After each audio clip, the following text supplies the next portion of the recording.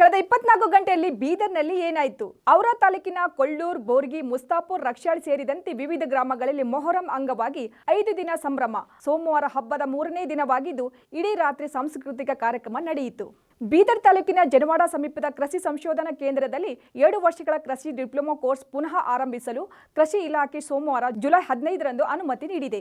ಬೀದರ್ ಜಿಲ್ಲಾಡಳಿತ ಹಾಗೂ ಕನ್ನಡ ಅಭಿವೃದ್ಧಿ ಪ್ರಾಧಿಕಾರ ಹಮ್ಮಿಕೊಂಡಿದ್ದ ಕನ್ನಡ ಅನುಷ್ಠಾನ ಪ್ರಗತಿ ಪರಿಶೀಲನಾ ಸಭೆಯಲ್ಲಿ ಮಾತನಾಡಿರುವ ಪುರುಷೋತ್ತಮ್ ಬಿಳಿಮಲ್ಲೆ, ಬೀದರ್ ಜಿಲ್ಲೆಯಲ್ಲಿ 80% ಕನ್ನಡ ಅನುಷ್ಠಾನಗೊಂಡಿದೆ ಮತ್ತು ಇತರ ಜಿಲ್ಲೆಗೆ ಹೋಲಿಸಿದರೆ ಉತ್ತಮ ಕೆಲಸವಾಗಿದೆ ಎಂದರು.